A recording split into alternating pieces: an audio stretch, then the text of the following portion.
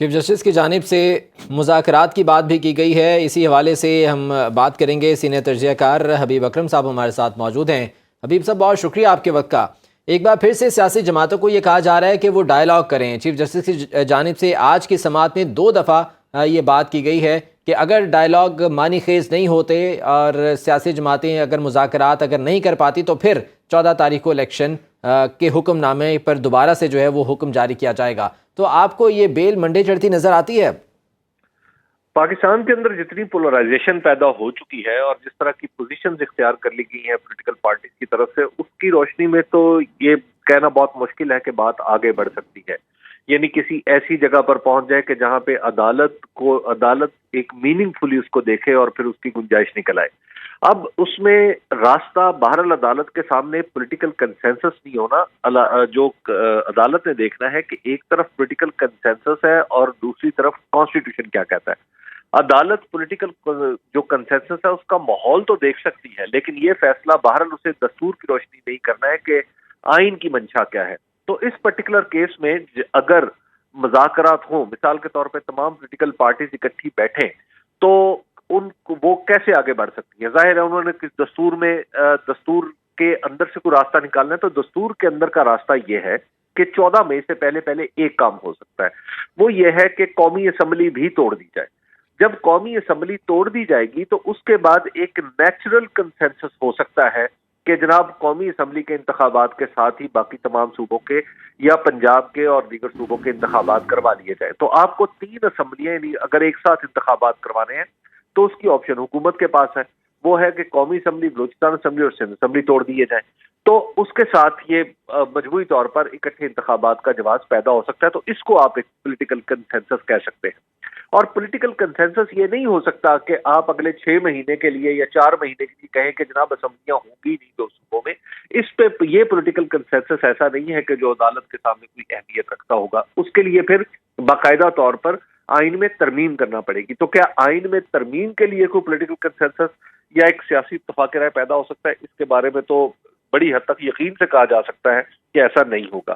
تو لہٰذا ایک تو یہ ہے کہ عدالت کے سامنے بھی راستے محدود ہیں، پولیٹیکل پارٹیز کے سامنے بھی راستے محدود ہیں۔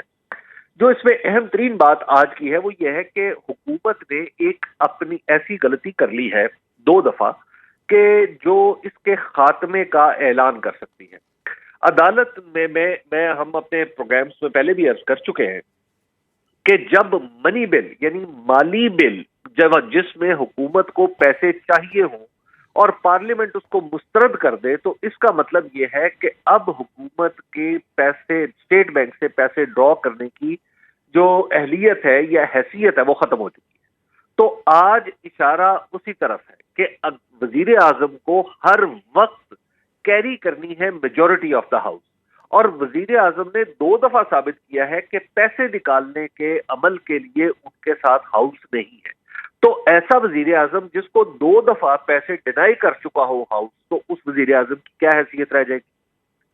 اور پھر آج عدالت نے یہ بھی یاد دلایا ہے کہ اگر عدالت نوٹس نہ لیتی تو اب تک تو اسمبلی جو قومی اسمبلی ہے وہ ختم ہو چکی ہوتی، تو پھر اس کے الیکشن الگ سے ہونے تھے نا۔ تو لہٰذا اب عدالت کی آج کی جو سماعت ہے وہ یہ بتا رہی ہے کہ خود عدالت اپنے فیصلے پر اسی صورت میں نظر ثانی کر سکتی ہے جب ایک بہت بڑا کنسنسس ہو اور وہ کانسٹیٹیوشن کے اندر بھی ہو، اور کانسٹیٹیوشن کے اندر ہونے کا راستہ آئینی ترمیم ہے یا اسمبلی کو توڑنا ہے۔ حبیب صاحب، موجودہ گورنمنٹ آپ کو لگتا ہے کہ 8 اکتوبر کو بھی الیکشن کروانے کے لیے تیار ہوگی؟ جس طرح سے بھی آپ نے بات کی کہ پولیٹیکل کنسنسس اگر بن جائے، اگر قومی اسمبلی کو ڈیزالو کر دیا جاتا ہے، لیکن وہ حالات تو ابھی دکھائی نہیں دے رہے ہیں، اور 8 اکتوبر کی گارنٹی بھی آج چیف جسٹس صاحب نے کہا کہ کیا گارنٹی ہے کہ حالات 8 اکتوبر تک ٹھیک ہو جائیں گے؟ تو یہ پھر معاملہ کہاں تک جائے گا؟ دیکھیے، موجودہ حکومت کا تو بالکل خیال یہ ہے کہ الیکشن زیادہ سے زیادہ ٹالے جائیں اور اس حد تک ٹالے جائیں کہ جہاں تک ٹالے جا سکتے ہیں۔ اسی حکومت نے ہمیں سبق پڑھایا کہ دستور میں ایمرجنسی کی گنجائش بھی موجود ہے، دستور میں یہ گنجائش بھی موجود ہے کہ اسمبلی اپنا وقت آگے بڑھا سکتی ہے، تو لہٰذا الیکشن آگے ہوں گے، یا مطلب بعض اوقات یہ کہا جاتا ہے کہ اگلے سال جون جولائی میں ہوں گے یا اگلے سال اکتوبر میں ہوں گے۔ تو جب اس طرح کی باتیں حکومت کی طرف سے آ رہی ہوں تو پھر ظاہر ہے حکومت اس پوزیشن میں نہیں رہتی کہ اس کی کوئی بھی گارنٹی یا اس کا کہا ہوا مانا جائے۔ تو لہٰذا حکومت سے تو یہ توقع نہیں ہے کہ وہ الیکشن اکتوبر میں بھی کروا لے گی اور یا اگست میں کروا لے گی. اور پھر 8 اکتوبر کی جو تاریخ الیکشن کمیشن نے دی ہے اس نے کس سے مشورہ کیا ہے؟ الیکشن کمیشن نے کیا حکومت سے مشورہ کیا ہے؟ الیکشن کمیشن نے کیا اپوزیشن سے مشورہ کیا ہے؟ الیکشن کمیشن نے کیا عام لوگوں پر مشتمل کوئی ایسی کمیٹی بنائی ہے یا عام لوگوں کو دعوت دی ہے کہ ہم ایک ہیئرنگ کرنے لگے ہیں الیکشن کے حوالے سے، آپ آئیں اور اس میں اپنی رائے پیش کریں؟ تو ایسا تو کوئی عمل ہوا ہی نہیں ہے. تو لہٰذا کون الیکشن کمیشن کی بات پہ کیسے اعتماد کیا جائے، حکومت کی بات پر کیسے اعتماد کیا جائے؟ تو ہمارے سامنے آ جا کے صرف ایک ہی ادارہ بچتا ہے اور وہ ہے کورٹ. اور ہماری کورٹ کا ریکارڈ یہ ہے کہ پچھلے 75 سال میں جتنے بھی احکامات دیے گئے مانے گئے ہیں. حتیٰ کہ بھٹو کو پھانسی لگانے کا فیصلہ بھی اس کورٹ سے آیا، مان لیا گیا. نواز شریف کو نااہل کرنے کا فیصلہ اس کورٹ سے آیا، مان لیا گیا. یوسف رضا گیلانی کو نااہل کیا گیا، مان لیا گیا. آج آخر کیا مسئلہ ہے کہ جب اتنے سارے فیصلے مانے ہیں تو آج آپ ملک کو کیوں حکومت ایک انارکی کی کیفیت میں دھکیلنا چاہ رہی ہے کہ سپریم کورٹ کا حکم نہ مانا جائے؟ تو یہ ایک ایسی صورتحال پیدا ہو گئی ہے کہ جس میں حکومت کے لیے بھی کچھ بہت سارے خطرات پیدا ہو گئے. یعنی حکومت کے لیے وہ خطرات پیدا ہو گئے کہ اب شاید اس کا وجود، اگر یہ اس فیصلے سے زیادہ دور جاتی ہے تو اب شاید اس کا وجود خطرے میں پڑ جائے گا. تو اب ہمارے سامنے الیکشن ہمیں یہ سمجھ آ رہی ہے اب اس وقت کہ عدالت الیکشن کے معاملے پہ یکسو ہے، اور اگر کوئی راستہ، کوئی گنجائش نکلتی ہے تو وہی ہوگی کہ جو الیکشن کی طرف لیڈ کرے اور کانسٹیٹیوشن کے اندر ہو. تو اس کے علاوہ تو کوئی دوسرا راستہ مجھے نظر نہیں آ رہا کہ عدالت کو کیسے مطمئن کیا جا سکتا ہے پولیٹیکلی.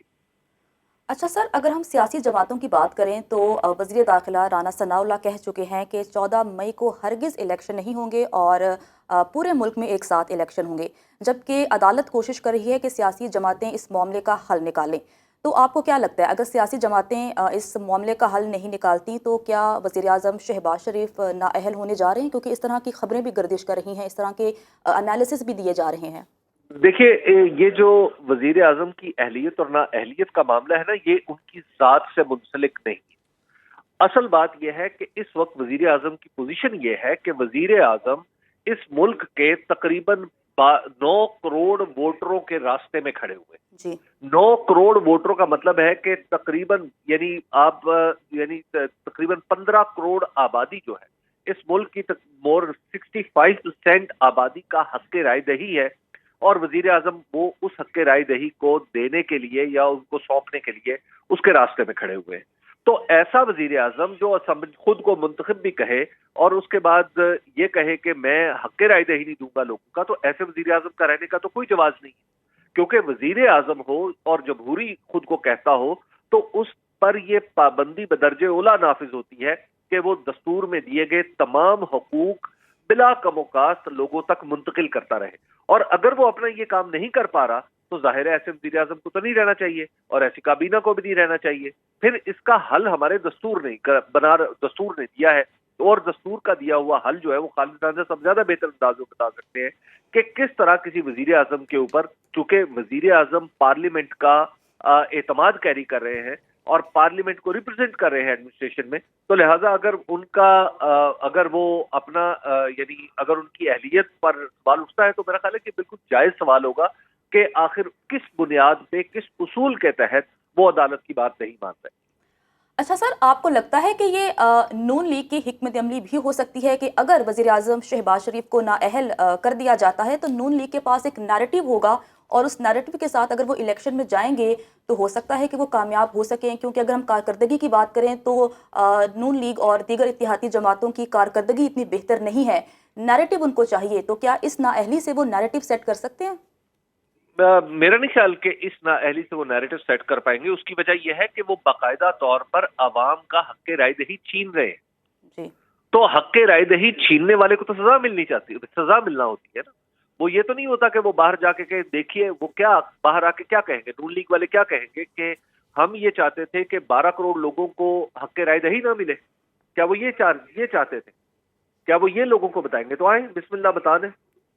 تو یہ تو کوئی جواز ہی نہیں ہے کہ آپ عوام کا حق رائے دہی جو ہے اس کو غصب کر کے بیٹھیں.